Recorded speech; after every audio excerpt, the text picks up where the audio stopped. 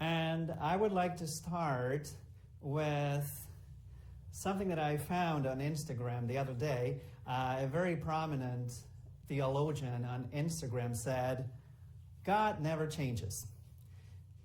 And that's this guy. I don't know if you know him. It happens to be a Canadian theologian. No, it says Justin Bieber on his Instagram feed posted this thing. And if you were wondering whether Instagram was the right thing for you, I may have ruined it forever. But I thought it was very interesting because he or whoever gave him this meme is quoting here. It's telling us what the source of this is. And in fact, when you go to the book of Hebrews and you check this quote, it pretty much conveys the opposite idea. Because what we read here, first of all, is that it's not God, but it's Jesus Christ. It's the same yesterday and today and forever. But this is slightly taken out of context, because here the message is, do not be carried away by all kinds of strange teachings, for it is well for the heart to be strengthened by grace, not by regulations about food, so on and so forth. So, in fact, this passage of Hebrews is talking about change. It's talking about a change that is happening and that is causing a division between the Jewish community that is starting to identify themselves as Christians, and the rest of the Jewish community. So I see here not a God that doesn't change, but a beginning of a change. Now this is, we had here recently a lecture on the topic of the ontological argument. So this lecture is not a theology or philosophy. So from a theological or philosophical viewpoint, we may argue that this might be right. Instead, we'll see what my point is when I talk about a God that changes. So without further ado, because we have a lot of people here from our meditation group that have decided to stay, because we actually worked through some of the material that I'm going to present during our meditation today, I will like to dive in the Baal cycle. And I don't know how many of you are already familiar with the Baal cycle. It's not one of the most famous mythological stories. We're far more aware of the mythology that we find in the Hebrew Bible, the Greek mythology, Mesopotamian mythology, but not so much with the mythology of these people that we call the Canaanites. And this is one of the main stories that we have from them and written by them in their own words. So the story, unfortunately, is contained in a number of clay tablets. Many of those are heavily damaged, and many of those are simply lost. So there are a lot of parts that, a lot of lines that we're missing. Unfortunately, we are missing the beginning, but when we are able to start reading the story, we see Yam. Yam is the deification of the sea, and it's not so much like Poseidon, like an anthropomorphic kind of god, but you have to think of Yam as a force of nature, as a primordial force of nature that is claiming supremacy over the gods. And C claims Baal. C says that he wants to humble Baal. El, who happens to be, we learn, the king and the judge and the ruler of the assembly of the gods, decides, for reasons that are not made clear, decides to surrender this other god, Baal, to the wishes of C. And after a little bit of an adventure, there's this other god whose name translates as skill and wisdom, who helps Baal to defeat a monster, a sea monster, sometimes referred to as a serpent, sometimes as a dragon. It's called, in some sources, Litten. Sometimes it's translated as Loten. And after defeating this monster, the sea monster, sea is defeated. What follows here is the gods proclaim that Baal, this god Baal that has just defeated the primordial force of nature of the sea, he is now the conqueror, and he's also the rider on the clouds. And it helps when you are Baal and when you are a god that is trying to rise to supremacy, to have a very violent sister. And Anat is presented as Baal's sister, and she is a really dangerous goddess. She threatens the gods. She threatens to do horrible things to the other gods, and the other gods have to say, okay, go ahead, just do whatever you want. And so they get away with this, with their plan of promoting Baal to be the new king, the new judge, the new ruler of the assembly of the gods. And they build a palace to Baal in a mountain that is on the Syrian coast. That becomes, that's Mount Saphon or Mount Sephon. Baal, at this point, apparently, once you become the new king of the gods, this is something that you have to talk about with death. You have to communicate to this other primordial force of nature, death, that you are now the new king. So Baal sends his messengers to this god that deifies the concept of death. And death responds to Baal. When you killed Litten, the fleeing serpent, finished off the twisting serpent, the seven-headed monster, the heavens withered and weakened, like the folds of your robe, now you must descend into the throat of El's son, death, into the watery depths of El's darling, the hero. And I want to bring your attention here to these little things that sound a little silly at first sight when we talk about El's darling, the hero. We're always talking about death, but this is very important in these mythological stories, how we describe these gods or these forces of nature with all these things that we call epithets. There's a very, very interesting parallel to this story that we find in the Hebrew Bible in the book of Isaiah. On that day, Yahweh will use his fierce and powerful sword to punish Leviathan, that slippery snake. Leviathan, that twisting snake, he will kill that monster which lives in the sea. So I'm not suggesting here that Isaiah is copying the Baal cycle. I'm just pointing out certain commonalities between these two mythological stories that we also find in other mythological stories, like many of you know the story of the Enuma Elish, the Mesopotamian story of the god Marduk defeating the sea monster, the primordial sea monster Tiamat, and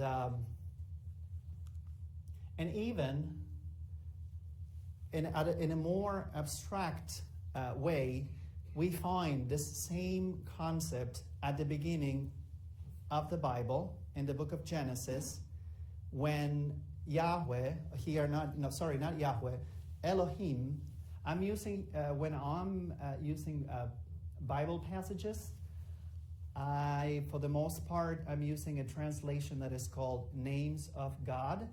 For the purpose of this lecture, I think it's important to see what the original Hebrew word is used when we talk about God, because there are many, many different words in the original language. It's not always, we sometimes in English simply translate it as Lord or God, but there are in fact many, and we'll get to that. And here, this is a different, more abstract, I said, kind of take on the same concept. And here, Elohim will not defeat darkness and the sea by going and killing a monster, but simply by speaking, let there be light.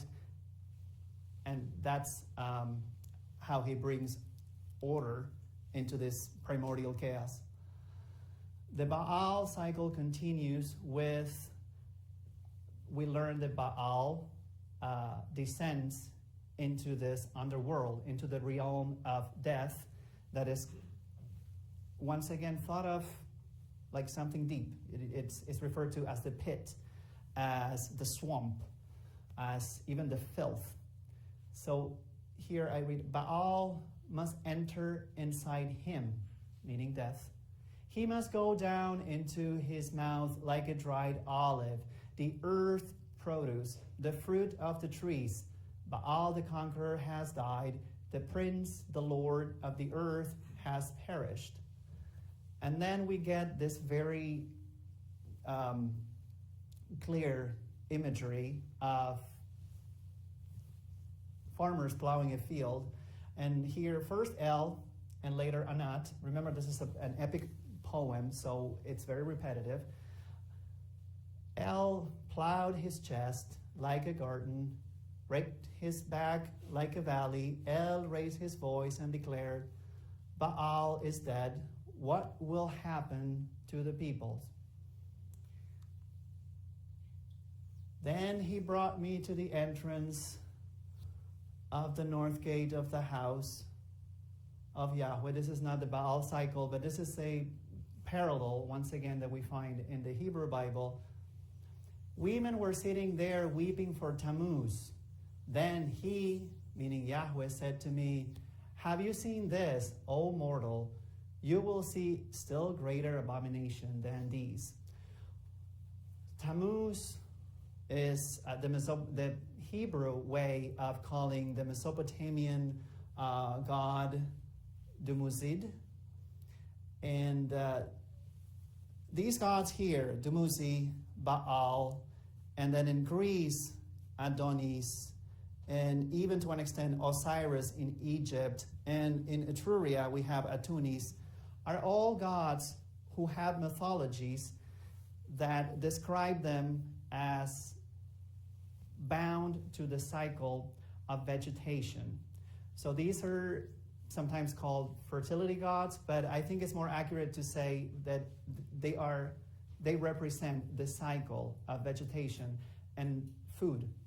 And for us, living in the 21st century Canada, it's very easy to take food for granted because we can just go to the store or to the restaurant and find food every day, no matter what day of the year is, as long as you have money to pay. But especially in the ancient world, the vegetation cycle is very important. And I'm going to tell you, even today in Canada, if you're a farmer, you are much more aware of how delicate the vegetation cycle is. I was this last summer at a meditation retreat in Alberta, and I met a farmer that was there because he was very stressed out about losing his crops because they were having a drought there. And that would never occur to me that people would be so stressed out about food. It did. But it's different when you actually have someone that tells you in your face. This story also has echoes of a story that we explored in a previous lecture here, the Epic of Gilgamesh. And this is we see two sides of the story. We see first the hero going and doing this hero kind of thing of defeating a monster, of fighting these forces of nature that are in a way hostile to civilization. And so that's the first part. But the second part is always, now the hero has to go and conquer death. So we see this very clearly in the Epic of Gilgamesh, and also here in the Baal cycle. The Epic of Gilgamesh is a much older story and was a very well-known story across the ancient Near East. And in fact, we have found copies of the Epic of Gilgamesh in the same part of the world where we found the Baal cycle. We hear echoes of this two-part of this hero's journey, first conquering the forces of nature, then going to the underworld to conquer death. In another mythological story from Mesopotamia, the Inanna's descent into the underworld. She first becomes the queen of heaven and earth, the most powerful goddess in the Mesopotamian pantheon. And after doing that, she needs to also add to her dominions the underworld. It doesn't go very well for her. That's a story for another lecture, I promise. It's a very good story. Now back to Baal. Anat kills death. Apparently you can kill death. Grinds him up. This part is very graphic. She grinds him. She scatters death. And then we have a few missing lines. And then it reads, where is Baal, the conqueror? Where is the prince, the lord of the earth? And Sun, the god's torch, replied, I will look for Baal, the conqueror.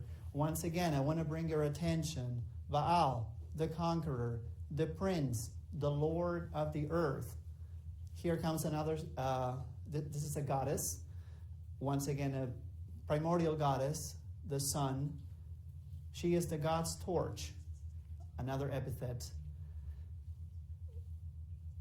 The sun will look for Baal because in the mythology of the Canaanites, and also it's in other peoples in this region, in the ancient world, the sun goes around the earth, and as you see the sun going down, the sun goes to the underworld and emerges once again in the east the next day. So the idea is the sun goes to the realm of the dead every night. So that's why Sun has to go and find Baal. And Sun finds Baal, and this is a happy ending. So at the end of the story, we learn that Baal finally defeats death. Death acknowledges its position as subordinate to Baal. Baal becomes, in this story, the new king, the new supreme God, the new God Most High. And it ends beautifully. Sun rules the dead. Here the word is Rephaim, or sometimes it's supposed to be pronounced Arapauma. Sun rules the divine ones. Your company are the gods. See, the dead are your company. Kothar is your magician, and Hasis, your diviner. And see, it is the sire and the dragon, whom skillful and wise expels. Skillful and wise banishes. There's this beautiful German word, Kampf, that means this motif of the struggle against chaos that we find in mythologies across the world. But now it's enough of this comparative mythology, and I just want to summarize once again who are all these characters that we learn about. All these gods and goddesses and primordial forces of nature that are the protagonists of this story. El is the creator of the entire universe, and not only the gods, but all the gods that are benevolent and beneficial to humanity, but also all the forces of nature that are seen as hostile to humanity. We live in the 21st century and we see nature as something good. Nature, for these people, is not so good. It's not something that you get excited about. El is also wise, compassionate.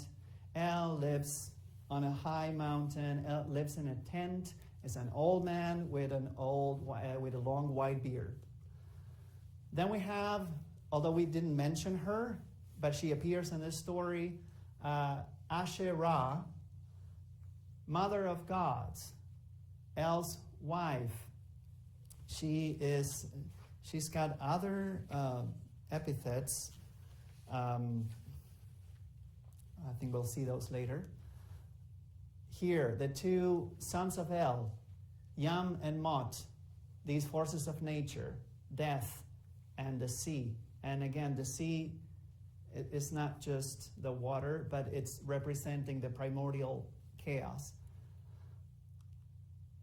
Anat, a very interesting goddess that we will talk about later, because she appears here as the mistress of the people. She's a maiden daughter of El, but she's also Baal's sister. However, Baal is not El's son in this story, so we have some conflicting genealogies here.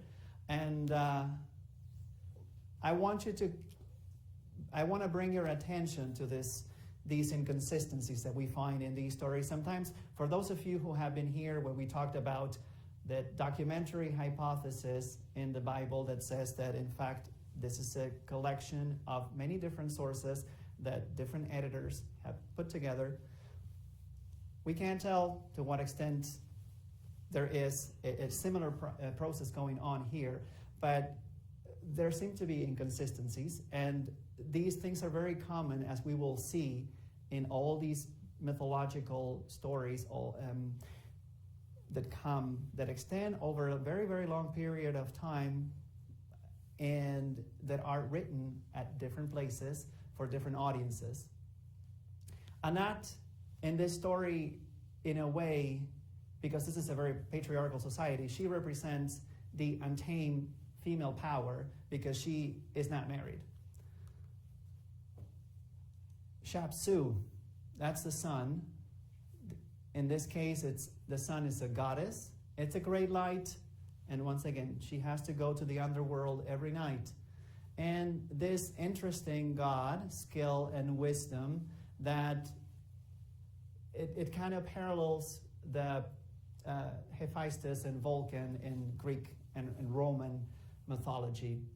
And as opposed to El, that is wise at a more cosmological level of wisdom, at a more deeper level of wisdom. This is a very practical wisdom that wisdom and skill represents here. For example, he builds the palace of Baal at Mount Zephon, and he says, well, you need a window, Baal. And Baal says, no, I don't need a window. Well, you'll see, you'll need a window. And eventually, when the palace is finished, Baal says, oh, yes, I would like a window. So this is a very practical craftsmanship kind of knowledge, kind of wisdom.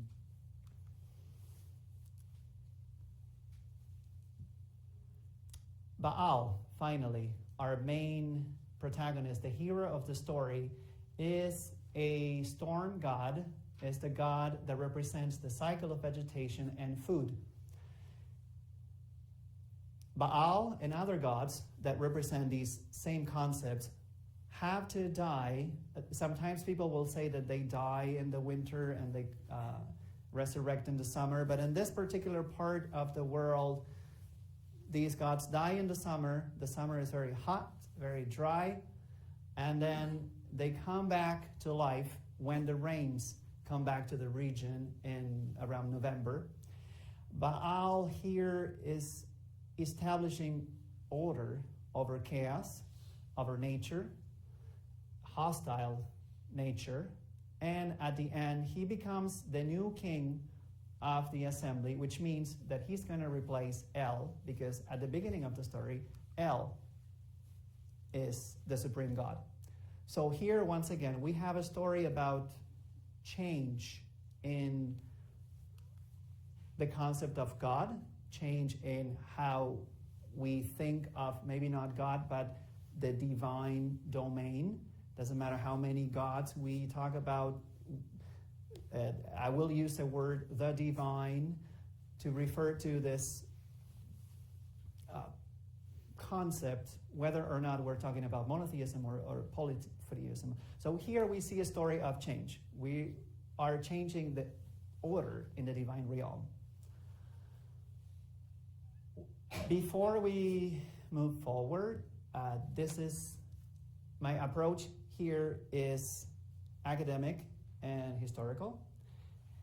And also, I will use the approach of modern comparative mythology, which understands, for our purposes here in the 21st century, understands myth as manifestations of psychological, cultural, or societal truths rather than inaccurate historical accounts. So when we read all these stories, I don't want you to get caught up in whether or not this, of course the Baal cycle didn't happen in the real world, in real history, but there are other stories that involve humans.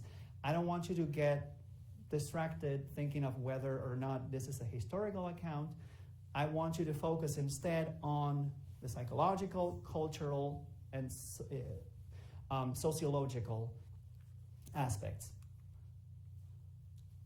And my goal with this lecture, and the reason why I first suggested to John that I would like to be here today, doing my first presentation on this topic, is that often when we study here the Hebrew Bible, and I read books from scholars that I really respect, like Glenn S. Holland. I really like his book. He also has several lectures on biblical history, biblical Israel, available on the great courses. So I often hear from scholars like him and many others a number of assumptions. And for my background in systems analysis and software engineering, usually we learn that assumptions lead to bad systems, and when bad systems crash and they don't function as expected.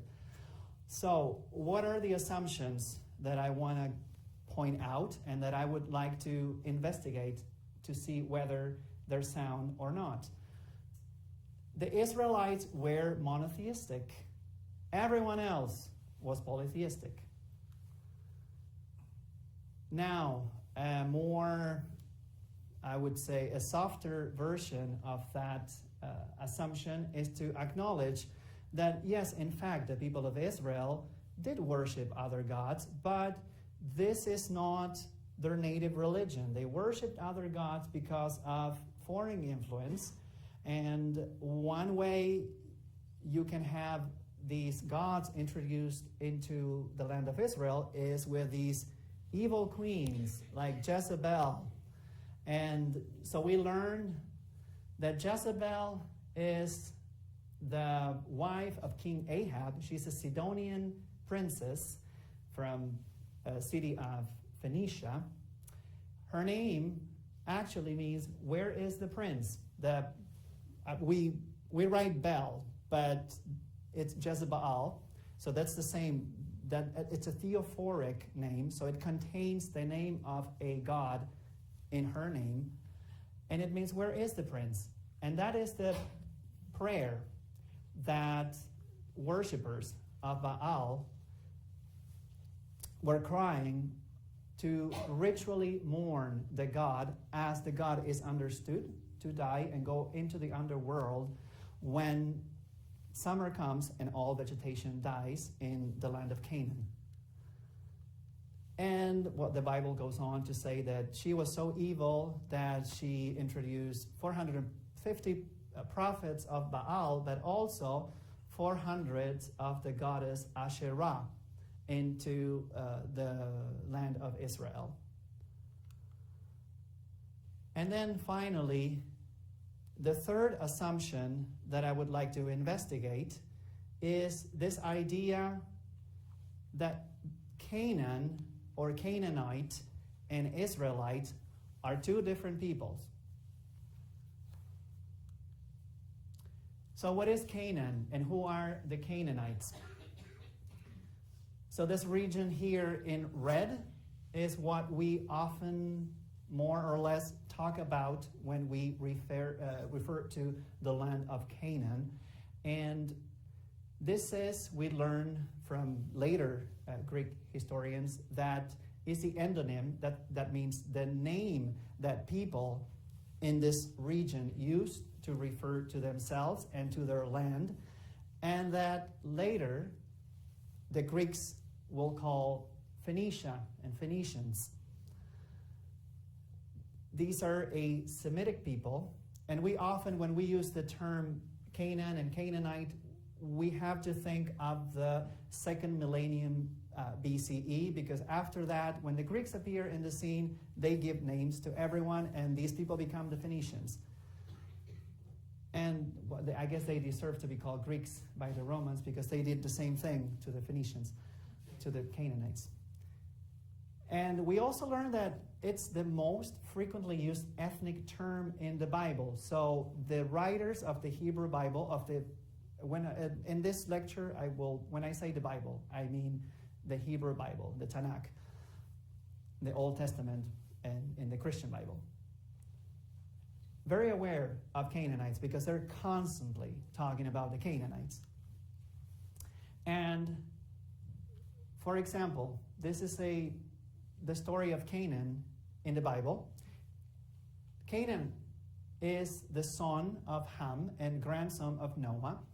And Ham is the one that finds Noah drunk and kind of makes fun of Noah, and that's really not a good thing to do, apparently. Noah curses Ham, and after this, some scholars, some biblical commentators assume or conclude that this is a justification for the alleged subjection, and to an extent, in some parts of the Bible, total annihilation of the Canaanites.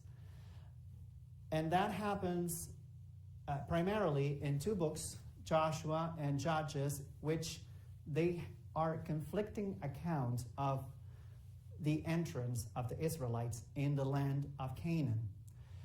And the word Canaan in these two books refer to the land, and they always use the word Canaan to refer to the land, whereas Canaanite is just one of many ethnic groups that inhabit this land. So, from the book of Joshua, this is what Yahweh Elohim of Israel says. Long ago, your ancestors, Terah and his sons, Abraham and Nahor, lived on the other side of the Euphrates, that is Mesopotamia, and served other gods. But I took your ancestor Abraham from the other side of the Euphrates River. I led him through all of Canaan and gave him many descendants.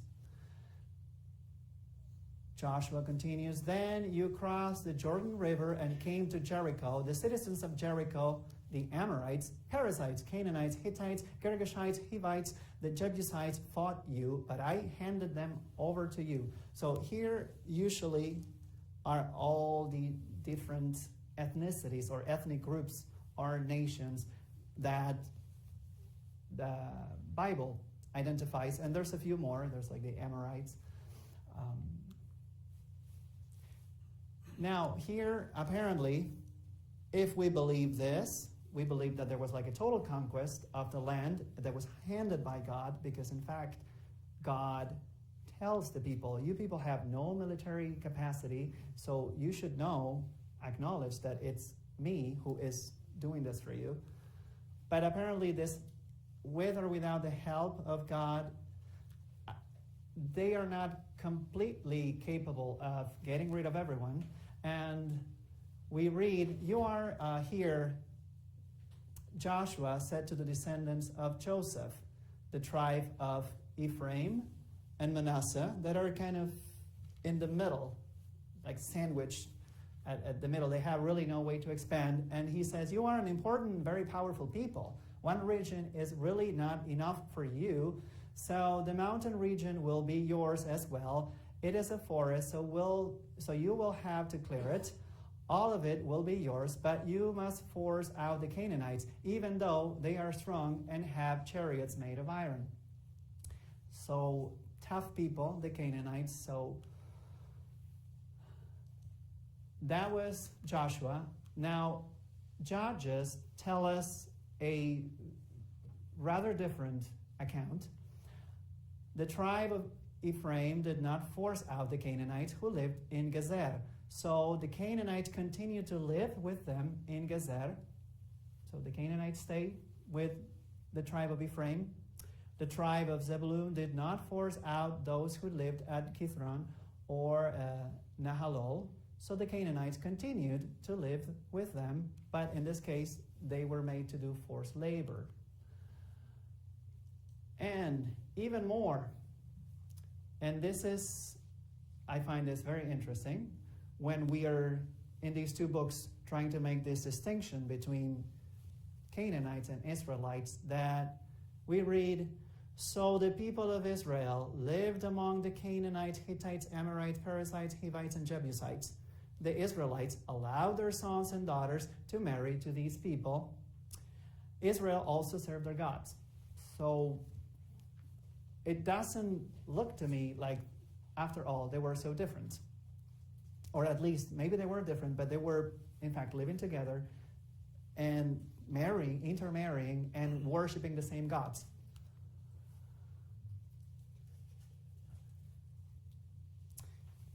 Just to give you an idea of the historical context, the land of Canaan is really at the crossroads of the ancient world, and is the passage, the only route that connects Egypt. Well, you can go, but it's the most direct route to go from Egypt to the Mesopotamia, to the Hittite Empire. There's another empire that is powerful, that is not in this map, the Atami Empire. And we have Mycenaean Greece over here. Everyone has to go through these little narrow neck of land to go from one place to another. So this is a very disputed area by all the major powers of this time period that we call the Bronze Age, the late Bronze Age, so about the second half of the second millennium BCE. There are, as I mentioned before, the Amorites, the nomadic inhabitants of what would be modern-day central Syria, are related people. The Amorites enter Babylon, and the famous king Hammurabi is a descendant of these Amorite invaders. And some of you might be familiar with the story of the Hyksos, that sometimes some people try to claim that the Hyksos maybe represent these the people that migrated out of Egypt that we learn about in the book of Exodus, led by Moses. But in fact, most scholars don't take that story seriously, because in fact, we learn that the Canaanites had settled in the Nile Delta from centuries before. They became the 14th dynasty of Egypt. So they were the rulers of northern Egypt before the Hyksos arrived. So the Hyksos is another migration that might be Canaanites and other, maybe Amorites, maybe Arabian tribes. They arrive later. They displace a Canaanite dynasty in Egypt. But later, the Egyptian native dynasty expels the Hyksos around 1500 BCE. Around this time, we get this city, Ugarit, that rises to supremacy. This is today an archaeological site where we have found all these tablets that contain the Baal cycle and other stories.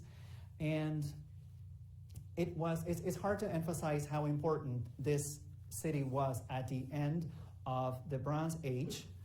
It was in contact with the Hittite Empire, Egypt, Cyprus, and also other empires farther east. Is the entrance of the inland trade route to the Euphrates. So it's a very, very strategic location. These are the ruins of Ugarit today. That's the gate of the palace of Ugarit, a very vast palace complex. Small ruins. What happened to this city? Luckily, the city was burned. Well, luckily for us, not for them. The city was burned to the ground in an invasion around the year 1200 BC. And we have a letter that has survived because it was written in clay tablet and the fire burned the tablet and preserved it very well.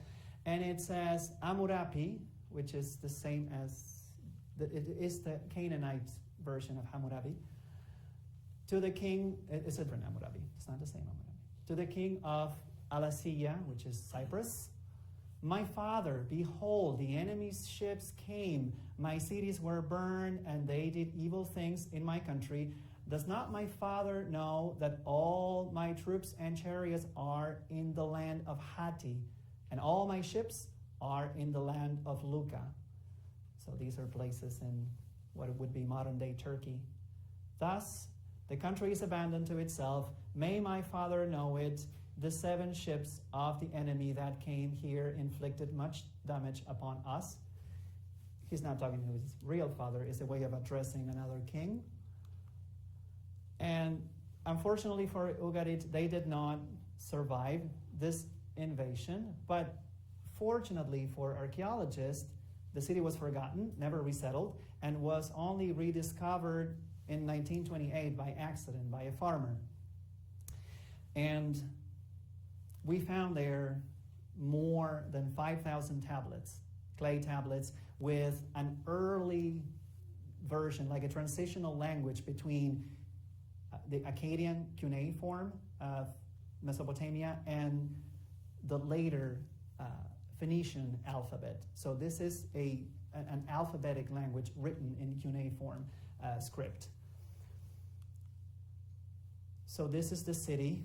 This is the modern-day port of Latakia in Syria. And I want to show you this. That's the archaeological site today. And I want to compare this with similar scale satellite photos of Mycenae and Troy that were destroyed around the same time. So these were also, Mycenae for sure, an important Bronze Age center, destroyed around the same time. But you can see the archaeological site of Ugarit is quite larger. And this is what is sometimes referred to as the Bronze Age collapse, because Mycenae, Troy, the Hittite Empire, all the cities of Canaan, Cyprus, all collapsed around the same time, abruptly. And so these are, because of Egyptian sources, we call these, we associate these to the sea peoples, to the invasions or migrations of these sea peoples that Egyptian sources tell us about.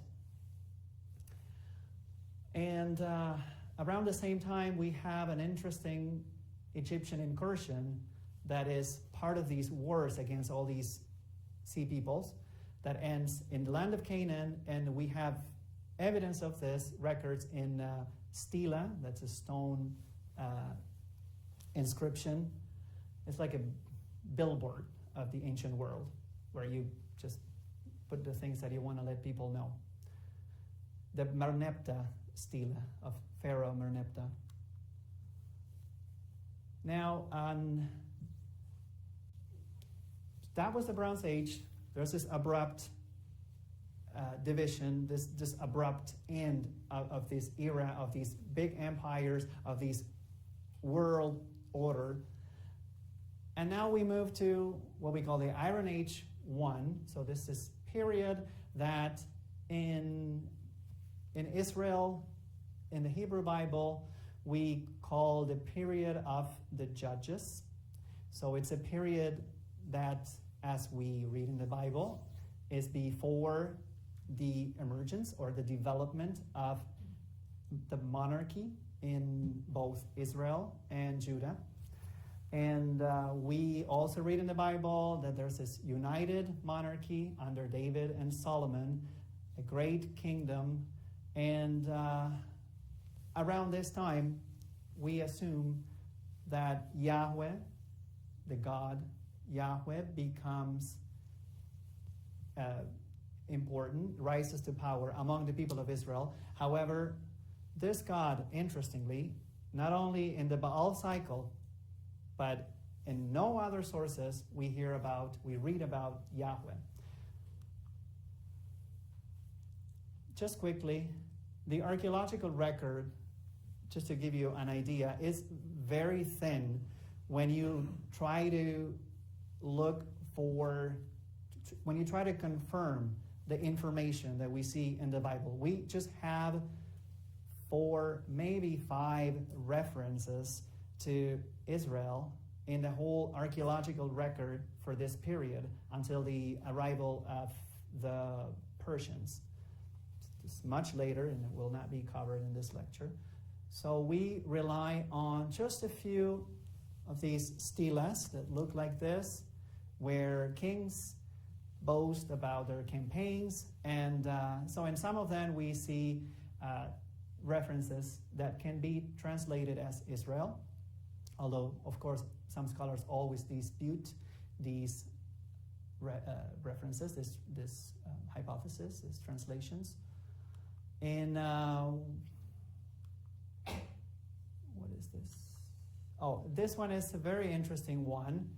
It's a very famous stele, the Tel Dan stele, and the king Hazael of Damascus is talking about his victory over King Omri. So here we have an extra biblical source for King Omri that we read in the Bible. And he says, and Hadad is one of the names of the god Baal. In this period, we're talking, this is more than 400 years after the Baal cycle. And Hadad went in front of me, and I slew 70 kings who harnessed thousands of chariots and thousands of horsemen. I killed Jehoram, son of Ahab, king of Israel, and I killed Ahaziah, son of Jehoram, king of the house of David. So this is why this stele is so famous, because it's the first reference that we have in the archaeological record for the house of David. So we assume, archaeologists assume, that this is a reference to the Davidic monarchy. However, that doesn't prove that there was ever a united monarchy. The only thing that this stele is telling us is that there was a dynasty that claimed their descent to a figure called David. So in some 4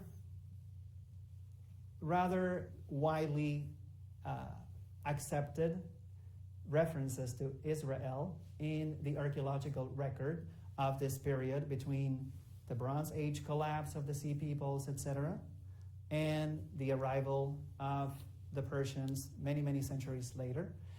And this is the period where Israel arises as a nation. And so that's why it's unfortunate that we only have just a few references. It's even more unfortunate that we actually only have one reference to Yahweh. We would like to know, okay, where does Yahweh come from? Where is this God, or at least the name of this God?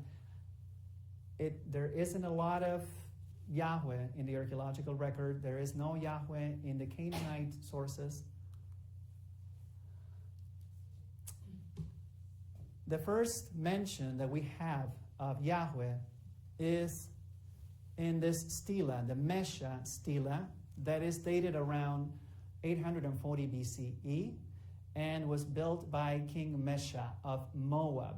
Moab is a neighboring kingdom of Israel, and is very, very, very interesting because the stele tell us that Chemosh, the god of Moab, is angry because his people have committed transgressions. Sounds familiar? Chemosh then allows them to be subjugated and oppressed by King Omri of Israel. Chemosh returned and assisted Mesha to defeat Israel and restore the lands of Moab. And then we read, and from there I took Yahweh's vessels and I presented them before Chemosh's face. So this is a motif that has echoes in the Hebrew Bible of a God that is angry because of the transgressions of his people. The God allows foreign invaders to come and teach a lesson to the Israelites. The Israelites cry for help.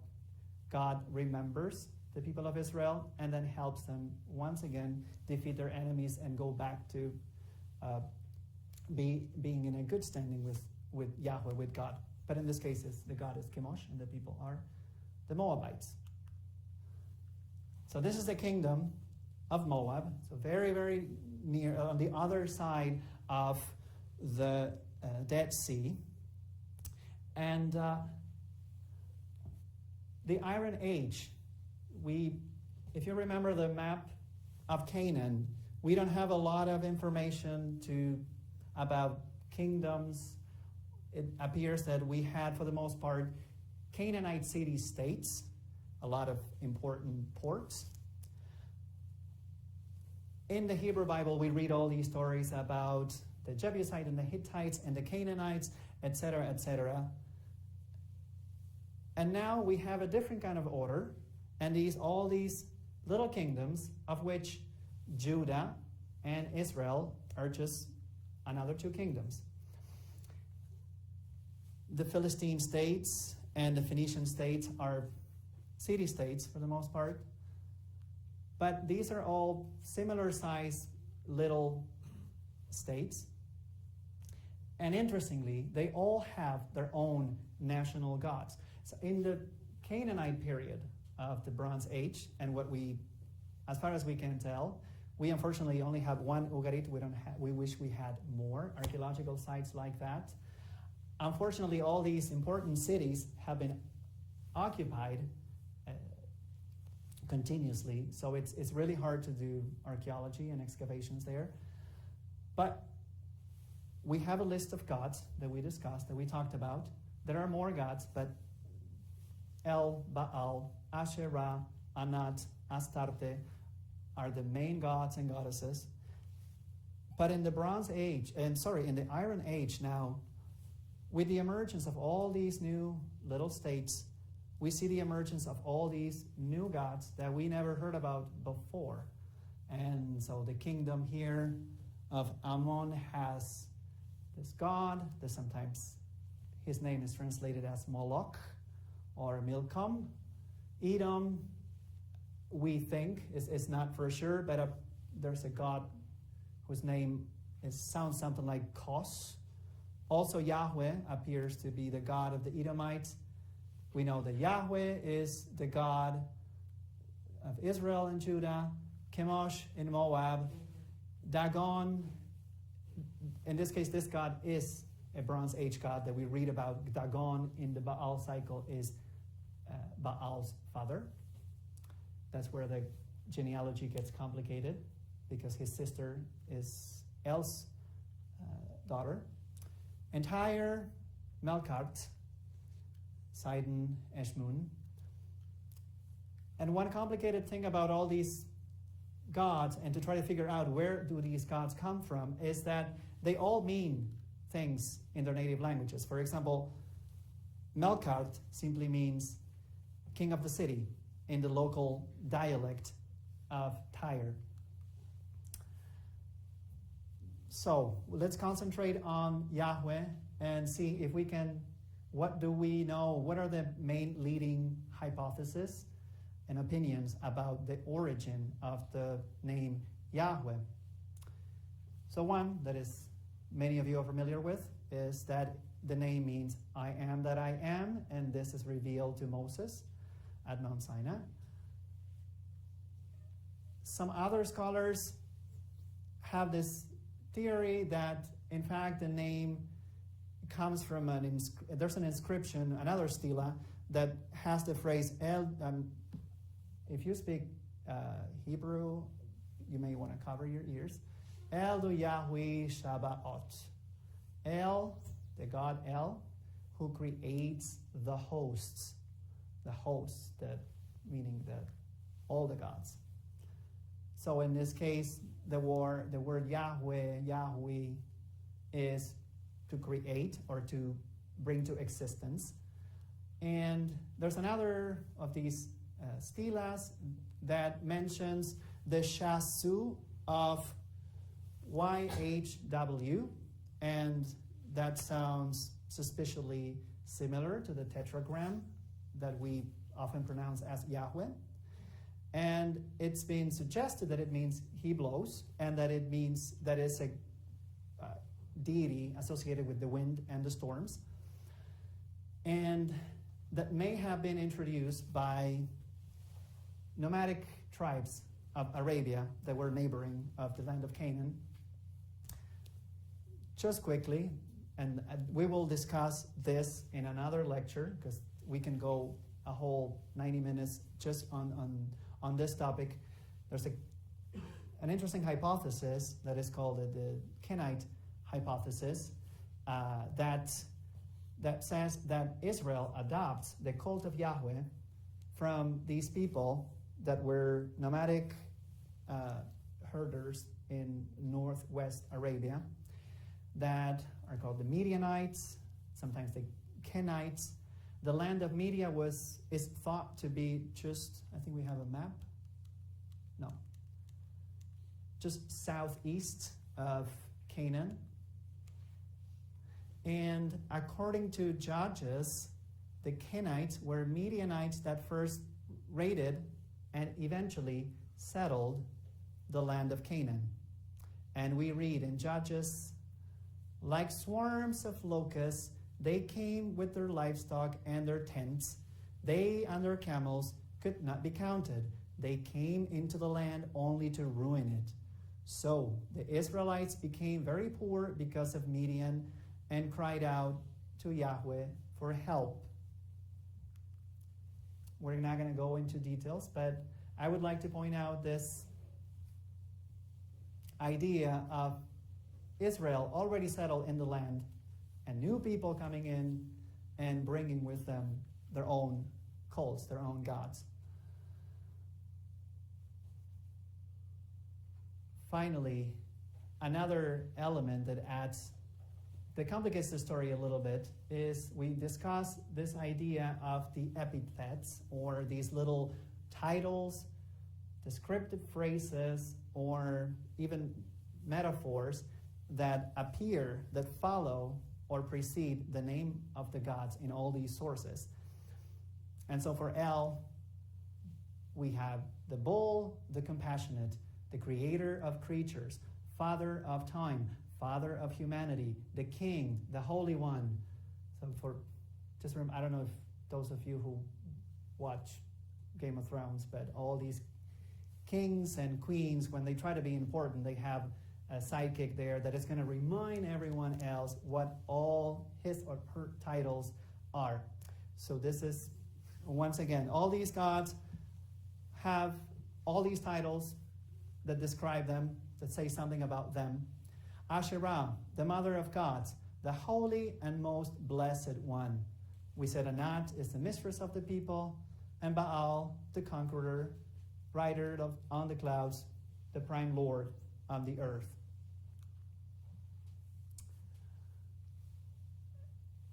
God changes or God doesn't change. El, the god El, the word El in the Canaanite language becomes, in the Iron Age, a generic term that simply means God. So it comes from, it starts as the name of a deity in the Bronze Age. Now it simply means God. And we have, we see this in the Bible, and sometimes it's the words, the names of the God, like El Shaddai, are translated as God Almighty or God of the mountain. We see El Elyon, God Most High, El Berith, God of the covenant. Baal, in the Iron Age, his name increasingly simply means Lord. And so we see it as assigned to other words, like Adad. Adad is a Mesopotamian god of storms. So Baal Hadad, Baal of Mountain Zephon, Baal Hamon, Baal Shamin, all names that appear in the archaeological record. And the Phoenicians, so these people that the Greeks are calling Phoenicians, the people that are the Canaanites that live on the coast, on cities like Byblos, like Beirut, like Tyre. They increasingly identify Baal with El. And as we mentioned before, like the god Melkart of Tyre, which is the most prominent, most important Phoenician city, Melkart simply means Lord of Tyre, Lord of the city. And when the Tyrians found Carthage in North Africa, they bring with them the cult of Melkart. When they go to Spain, they bring with them the cult of Melkart.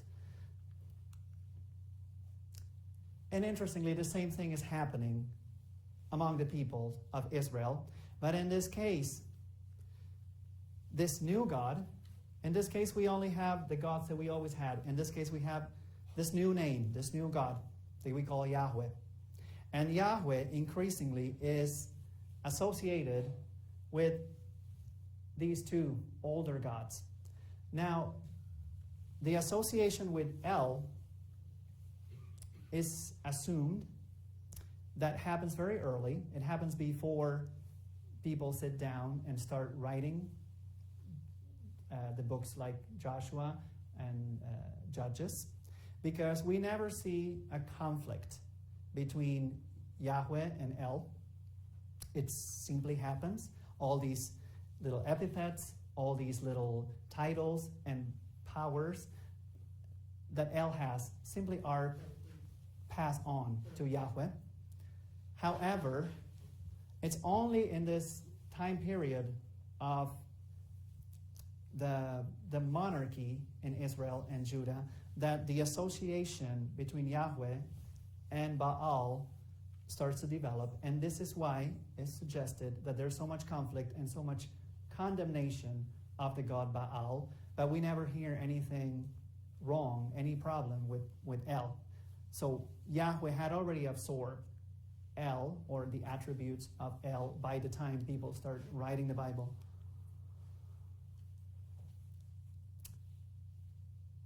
Some of the interesting epithets of Baal, or titles of Baal, that increasingly appear with the name of Yahweh are the writer of the upon the clouds. So lift a song to him who writes upon the clouds. It's from the Psalms.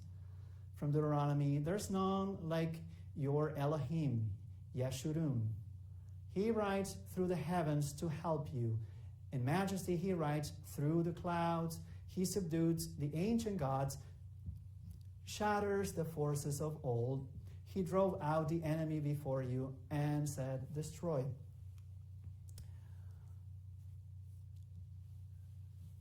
I think we're coming close to the end of the lecture. And at this point, I would like to go back to these assumptions that we often make of... One of those that I didn't mention is this idea that there's something that is very unique about the religion of Israel. And I'm not saying that there isn't, but we don't really see it in this period. The uniqueness, I will argue, is about to come, and this is not material for this lecture. But in this time period, when Israel is still living in the land, this period that we call the First Temple period, the pre-exilic period, Israel is at least more like its neighbors than it is different from its neighbors. And so this process of granting titles, epithets, powers, and names on your national God is not unique. And the closest example of this that happens a little earlier is with the god Marduk in Mesopotamia. When we read the Gilgamesh stories, Marduk doesn't appear.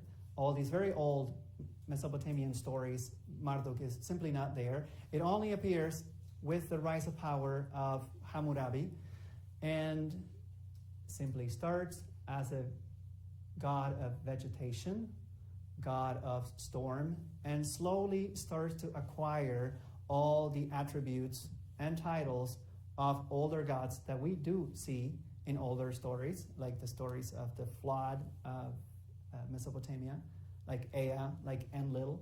And in the same way, it seems like the associations with Ea are specific. It just happens naturally, whereas the associations with Enlil happen by force. And ultimately, Marduk in the Enuma Elish, it's a mythological story that is much newer than the older creation stories and flood stories of Mesopotamia. Here, Marduk becomes the creator god, the god that brings order over chaos, over the primordial forces of nature that are ultimately, in their eyes, hostile to humanity and to civilization. Now, to end this presentation today, I often, when we study all these ancient peoples and the way they think about the divine, they think about God or their gods, it sounds, or it feels very alien to us. And I would like to suggest, just to make sure that we don't walk into the trap of the Protestant bias that we have here. I am originally from a Catholic country, and so that is a Christian country. If you ask people, are you monotheistic? Are you polytheistic? Everyone is going to say, oh, monotheistic, we know that. And yet, certain aspects and certain behaviors that we were discussing, that we see in these very ancient myths, and the idea of associating gods with other gods and granting titles, are very still present. So this is Our Lady of Lourdes. That is the national version of Mary. That is the patron of the country Argentina. And so we know this is Mary. This is also Mary, but in a different garment, in a different capacity. She is in the capacity of the patron of my hometown. Looks more humble. Now, if you look at these two statues, we see two different things. We understand theologically or intellectually that we're talking about the same Mary, and yet in a very practical way, this is not the same Mary. You cannot ask the things that you ask to this Mary, you don't ask to this one. The way you ask to this Mary is not the way you ask to this one. This one has her own prayers. This one has different prayers. The pilgrimage to this one doesn't happen in the same way. This one doesn't even have pilgrimage sites. And finally, that other one is not even a Mary. And yeah, that's Saint Rita. And that's my local neighborhood church. And once again, the imagery, the prayers, the concept, how we worship this Saint Rita is very similar. And she becomes, in a way, her titles become also Our Lady, the titles of these other two who are Mary. So back to our, Justin Bieber. Once again, this is not a discussion on ontology. This is a historical discussion. This is a discussion about mythology and about how people, how cultures understand the concept of the divine, how in that light we behave, how we worship, what we expect of the divine, and what we think the divine expects from us. So I'll leave the question on whether God changes or not up to you. And we'll have another lecture 2 months from now that I'll have time to do a little bit more research on how we develop this separate identity between the Canaanites and the Israelites in the period that we discussed. That would have been too long to include in this lecture. What are your questions? So, how close have you taken us in this progression to the unification of all these gods into one God? You seem to be getting pretty closer with El and Baal being synonymous almost, right? And Yahweh. So the period that I'm discussing here, it's pretty much, so we're writing it, the writers of Joshua and Judges are believed to just write years later. They're not writing as these events are happening, but they're writing when already we have a monarchy, and we think that it's the case because there is a monarchic bias in this writing. So they are saying all these horrible things happened when we didn't have kings, or because we don't have king, I think is how the story goes. So we're talking about just before the destruction of Jerusalem in 587 BCE, that we are having here a process that is undergoing, that has started, we don't know exactly when, that only becomes clear to us through these writings. But interestingly, if we, I think it's 2 Chronicles, where we learn about the reforms of Josiah. And Josiah, this only one generation before the destruction of Jerusalem by Nebuchadnezzar, Josiah undergoes this massive religious reform where he goes down all the cities of Judah and cuts down all the Baal statues or idols. He cuts down all the poles that people used to worship the goddess Asherah. So this is a process that is still happening when the people of Israel or the people of Judah are exiled to Babylon. It only ends in Babylon. So it only when people come back after this experience in Babylon is when we can probably begin to see that this is already, the process is coming to its completion. But we continue to hear about Baal even in the New Testament. And I can think of in the New Testament, Baal is becomes like a force of evil already. So that can tell you that Baal has been degraded to not a god that you worry about and that you condemn your people if they worship it, but it's some kind of demon. And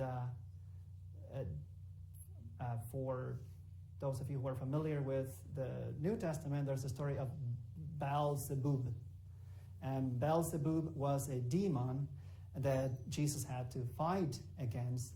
And it's a pun on a title of Baal, that is Beelzebul, which means simply Lord Prince.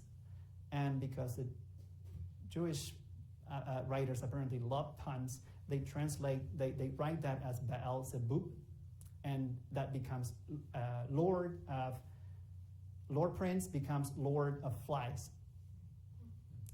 And so if you ask me, I would say this process of assimilation of all these different gods, of absorption of all these qualities and titles and capacities of all these ancient gods into Yahweh, it is probably completed by the time we get to the writings of the Christian writings in the 1st century AD. Oh, not before. I thought it was several hundred years before that. No? You're saying totally. Totally completed. This is the only time, the first writings where we see Baal not as a god that people condemn, or whose worship people condemn, but as some kind of demoted demon or lesser kind of divine or supernatural being. So that if I had to guess, I would say somewhere in between the last books of the Tanakh and the first Christian writings.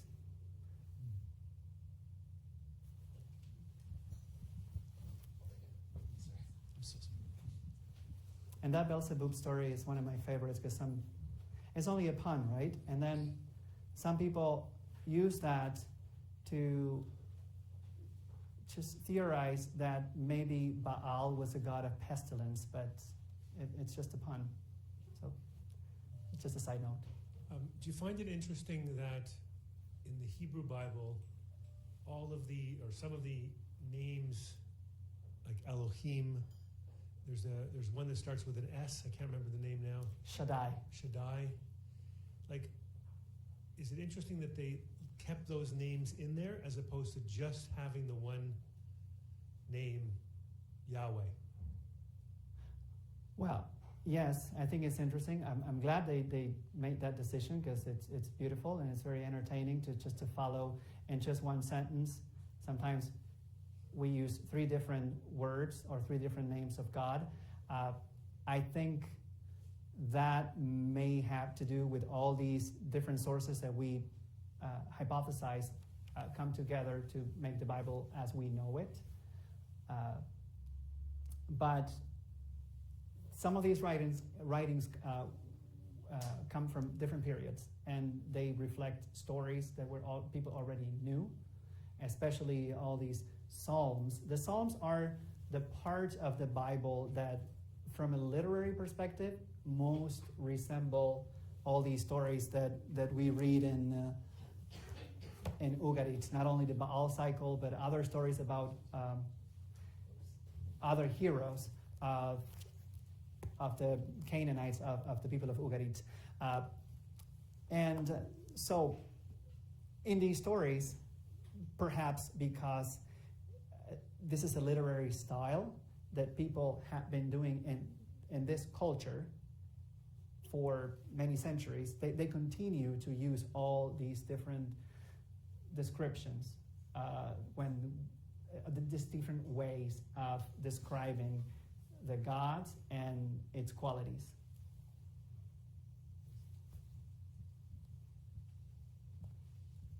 And what are your other questions? Well, that was easy. Not a lot of questions to it.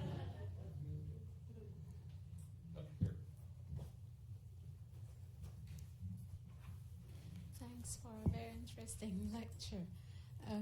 My question is, I'm seeing various names of cities in modern-day Lebanon and the surrounding countries, but I'm specifically interested in asking about the city of Baalbek.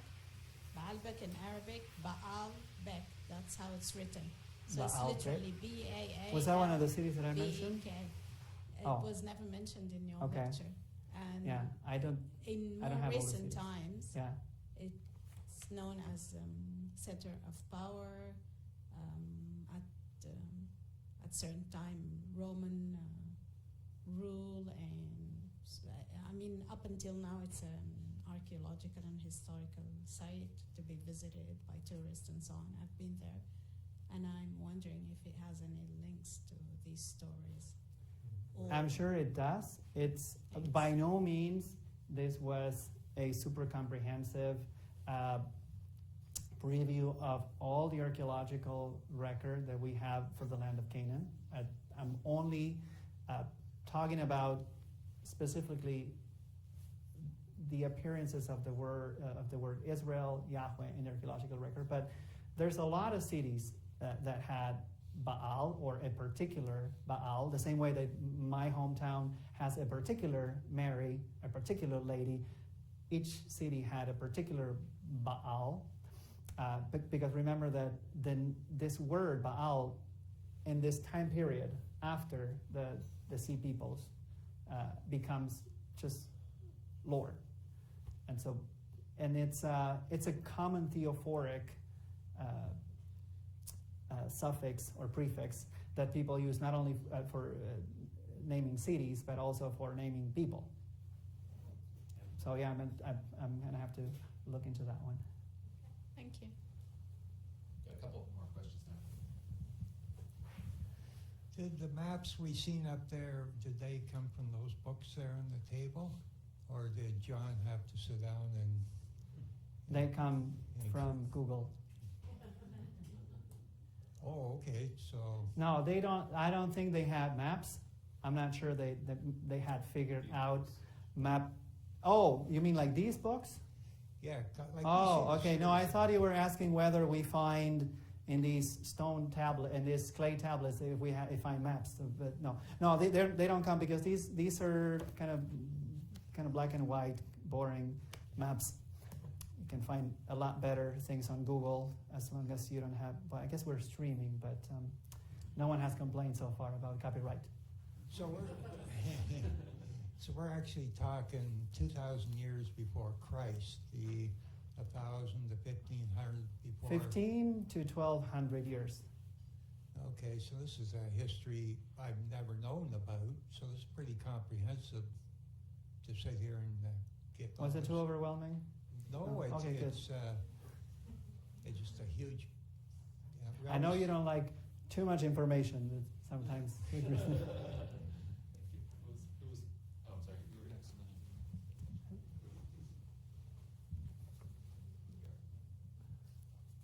Thank you. Thank you. The scriptural versus the archaeological evidence. Yes. The scriptural evidence is that God has multiple attributes, hence different names. That there is an assumption in Scripture of monotheism, although God's is referred to early. There is extensive text which makes it clear that the Israelite peoples welcomed others into their midst. We have terebinths in Jacob's tent. We have the Exodus, which had probably more non-Jews than Jews. We have extensive scriptural evidence that Jewish practice, while having one main God, had ancestor worship and incorporated the religions around them. That's scripture. In terms of archaeological evidence, there's fairly extensive material which talks about a significant number of synagogues in which the records of the donors and the records of the attendees were both Jews, deviant Hebrew Christians, and pagans. And so my reading and my understanding of both the actual text of the Hebrew and the archaeological evidence is that while there is an assumption of monotheism, the actual Jewish practice, and Jesus was a good Orthodox rabbi. He died a good Jewish Orthodox rabbi. Thanks to Saul, your Paul, he became a very different leader, and you had then a different religion, but he wasn't any different than any other Jewish rabbi. But my question to you is, does not the scriptural record and the archaeological record suggest that your unification of practice of Judaism being exclusively monotheistic doesn't hold up in either realm? So first of all, when you talk about synagogues and the Jewish people accepting these, as you said, deviants, Jews, that would be the Christians, and pagans, into their worship, that we're talking about a very different period. So what I cover here pretty much ends before the destruction of Jerusalem at 587, and you're talking about many centuries later. Now, in terms of archaeological record versus scriptural record, as I said at almost the beginning of this lecture, I'm using here a historical approach, and so I cannot take scripture for granted to justify a position. And so this is the difference that we have here, is like pretty much the difference between the Bible archaeology and Middle Eastern archaeology, since we're talking about archaeology. Bible archaeology was the first attempt of archaeologies in this area, the Holy Land,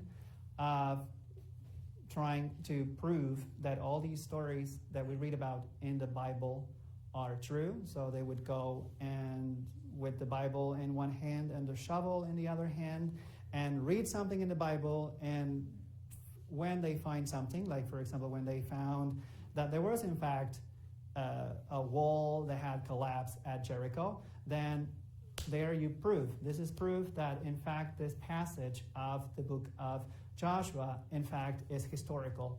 But with further archaeological analysis and with the modern discipline of Near Eastern archaeology, we realize that in fact there are serious problems with that hypothesis, because it just does the wall collapsed centuries before this period that we're talking about. So there's different problems that make it so that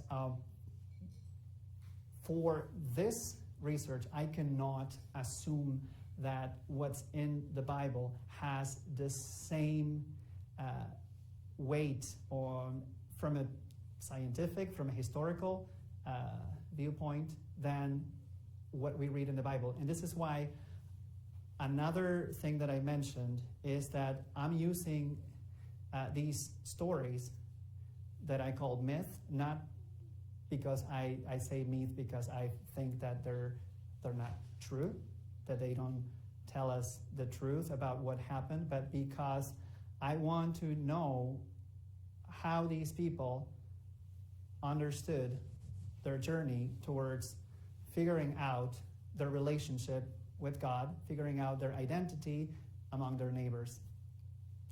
I'm not sure that answers your question,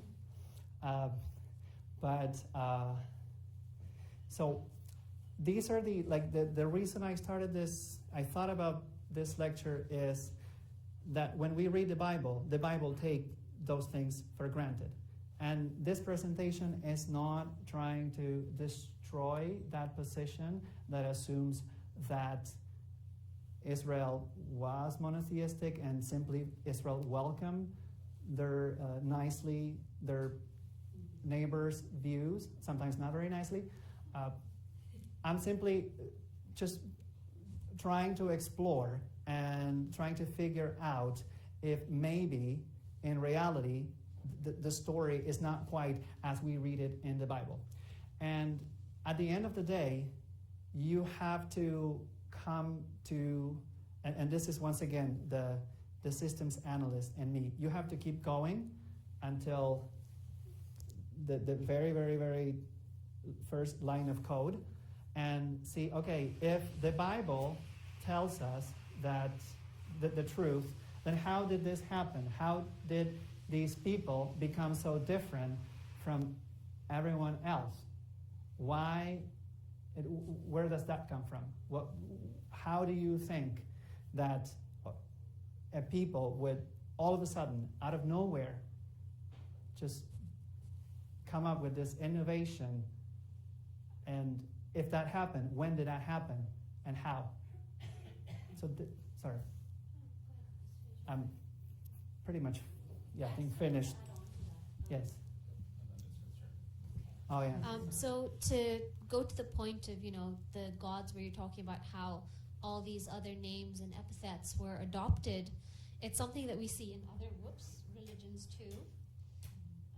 And it occurs in the Egyptian pantheon. So the priests of different gods in different cities would at times, when they were associated with a powerful dynasty, make their god the most powerful one, and then adopt all the best epithets for that god. So for a time that was Osiris, for a time that was Amun, and it just depended on which priests, were attached to the ruling dynasty.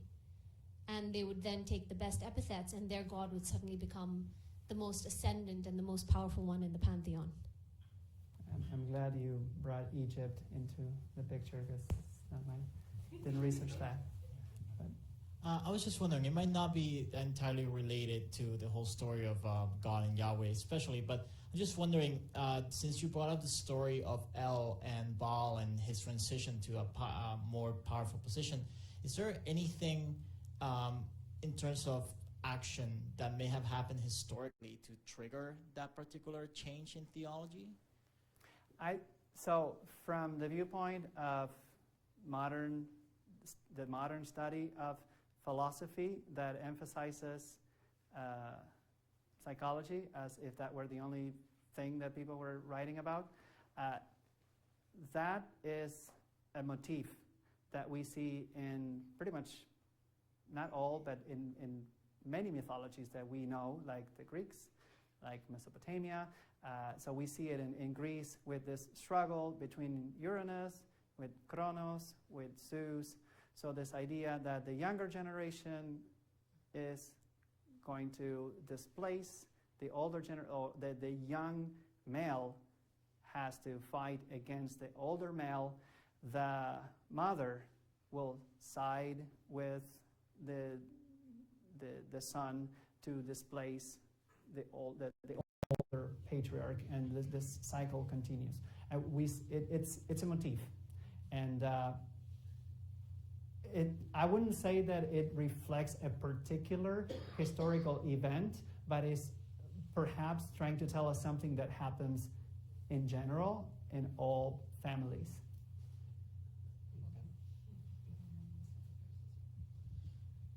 Let's, even though there's probably a lot more questions, why don't we break? You guys all at once. Yeah, and go in, we can have snacks and things like that, and we can continue our discussion. Leandro has plenty more to tell us, and we'll say goodbye to our online folks. And thank you. And let's all give Leandro applause for his first one of these.